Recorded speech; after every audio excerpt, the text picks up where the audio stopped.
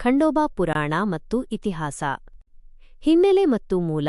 ಈ ದೇವಾಲಯದ ಮೂಲವು ಬ್ರಹ್ಮನಿಂದ ಅಜೇಯತೆಯ ವರವನ್ನು ಪಡೆದ ರಾಕ್ಷಸರಾದ ಮಲ್ಲಾಸುರ ಮಲ್ಲ ಮತ್ತು ಅವನ ತಮ್ಮ ಮಣಿಕಾಸುರ ಮಣಿರೊಂದಿಗೆ ಬೆಸೆದುಕೊಂಡಿದೆ.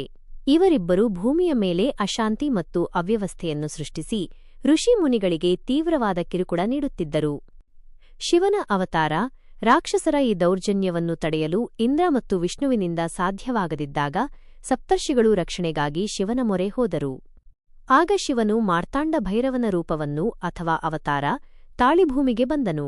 ಈ ರೂಪವನ್ನು ಭಕ್ತರು ಮಹಾತ್ಮೆ ಮಲ್ಲಣ್ಣ ಖಂಡೋಬ ಎಂದು ಭಕ್ತಿಯಿಂದ ಕರೆಯುತ್ತಾರೆ. ದೈವದ ಸ್ವರೂಪ. ಮಾರ್ತಾಂಡ ಭೈರವನು ನಂದಿ ವೃಷಭದ ಮೇಲೆ ಸವಾರಿ ಮಾಡಿ ದೇವತೆಗಳ ಸೈನ್ಯವನ್ನು ಮುನ್ನಡೆಸಿದನು. ಈತನನ್ನು ಚಿನ್ನದ ಸೂರ್ಯನಂತೆ ಹೊಳೆಯುವ ಸಂಪೂರ್ಣ ಅರಿಶಿನದಿಂದ ಮುಚ್ಚಿದ ಸ್ವರೂಪದಲ್ಲಿ ವಿವರಿಸಲಾಗಿದೆ. ಹಣೆಯ ಮೇಲೆ ಅರ್ಧಚಂದ್ರ ಮತ್ತು 3 ಕಣ್ಣುಗಳನ್ನು ಹೊಂದಿರುವುದು ಇವನ ವೈಶಿಷ್ಟ್ಯ. ರಾಕ್ಷಸ ಸಂಹಾರ ಮತ್ತು ಬಿಳಿ ಕುದುರೆಯ ಮಹತ್ವ. ಯುದ್ಧದಲ್ಲಿ ದೇವತೆಗಳ ಸೈನ್ಯವು ರಾಕ್ಷಸ ಪಡೆಯನ್ನು ಸಂಹರಿಸಿತು ಮತ್ತು ಖಂಡೋಬನು ಮಲ್ಲ ಹಾಗೂ ಮಣಿಯನ್ನು ಕೊಂದನು. ಸಾಯುತ್ತಿರುವಾಗ ಮಲ್ಲನು ತನ್ನ ತಪ್ಪುಗಳ ಬಗ್ಗೆ ಪಶ್ಚಾತ್ತಾಪ ವ್ಯಕ್ತಪಡಿಸಿ ತನ್ನ ಬಿಳಿ ಕುದುರೆಯನ್ನು ಖಂಡೋಬನಿಗೆ ಅರ್ಪಿಸಿದನು. ಅಲ್ಲದೆ ಖಂಡೋಬನ ಪ್ರತಿಯೊಂದು ದೇವಾಲಯದಲ್ಲಿಯೂ ತಾನು ನೆಲೆಸಿರುವಂತೆ ದಯೆ ತೋರಬೇಕೆಂದು ಕೇಳಿಕೊಂಡನು.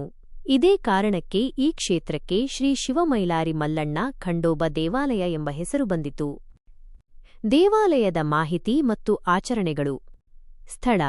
ಈ ದೇವಸ್ಥಾನವು ಕರ್ನಾಟಕದ ಬೀದರ್ನಿಂದ 15 ಕಿಮೀ ದೂರದಲ್ಲಿರುವ ಬೀದರ್-ಉದಗಿರ್ ರಸ್ತೆಯ ಮೈಲಾರ್ ಅಥವಾ ಖಾನಾಪುರ ಗ್ರಾಮದಲ್ಲಿದೆ. ವಿಶೇಷ ದಿನ. ಇಲ್ಲಿ ಪೂಜೆಯ ಮುಖ್ಯ ದಿನ ಭಾನುವಾರ. ವ್ಯಾಪಾರ. ದೇವಾಲಯದ ಸಮೀಪದಲ್ಲಿ ದೊಡ್ಡ ಮಟ್ಟದ ಪ್ರಾಣಿಗಳ ವ್ಯಾಪಾರ ನಡೆಯುತ್ತದೆ. ಅಲ್ಲಿ ಮೇಕೆ, ಕುರಿ ಮತ್ತು ಹಸುಗಳನ್ನು ಮಾರಾಟ ಮಾಡಲಾಗುತ್ತದೆ. ಭಕ್ತರ ನಂಬಿಕೆ.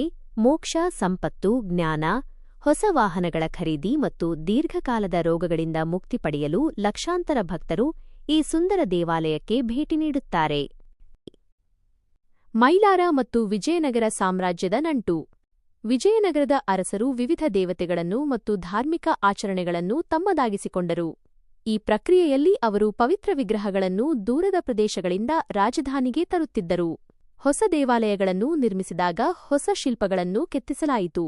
ಅಂತಹವುಗಳಲ್ಲಿ ಮೈಲಾರ ದೇವರ ಪ್ರತಿಮೆಯೂ ಒಂದು. ಪ್ರಾದೇಶಿಕ ದೇವತೆಯಿಂದ ಉನ್ನತ ಸ್ಥಾನದವರೆಗೆ. ಇತಿಹಾಸ.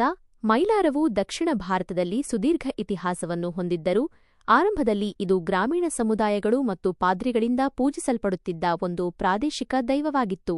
ಸಾಮಾಜಿಕ ಬದಲಾವಣೆ. ಪವಿತ್ರ ಪಠ್ಯಗಳ ಪ್ರಕಾರ ಆರಂಭದಲ್ಲಿ ಯೋಧರೊಂದಿಗೆ ಮಾತ್ರ ಸಂಬಂಧ ಹೊಂದಿದ್ದ ಈ ಉಗ್ರ ಜಾನಪದ ದೇವತೆಯನ್ನು ನಂತರದ ಕಾಲದಲ್ಲಿ ವಿಜಯನಗರದಂತಹ ದೊಡ್ಡ ಸಾಮ್ರಾಜ್ಯಕ್ಕೆ ಸಂಬಂಧಿಸಿದ ವ್ಯಾಪಕ ದೇವತೆಯಾಗಿ ಉನ್ನತೀಕರಿಸಲಾಯಿತು. ಸೌಹಾರ್ದತೆ. ಕೆಲವು ಪಠ್ಯಗಳು ಮೈಲಾರನನ್ನು ಅನೇಕ ಮುಸ್ಲಿಮರು ಪೂಜಿಸುವ ಭೂಮಿಯ ಮೇಲಿನ ರಾಜ ಎಂದು ಚಿತ್ರಿಸುತ್ತವೆ. ಯೋಧ ಸಂಸ್ಕೃತಿಯೊಂದಿಗೆ ಸಂಪರ್ಕ. ದೇವತೆಗಳ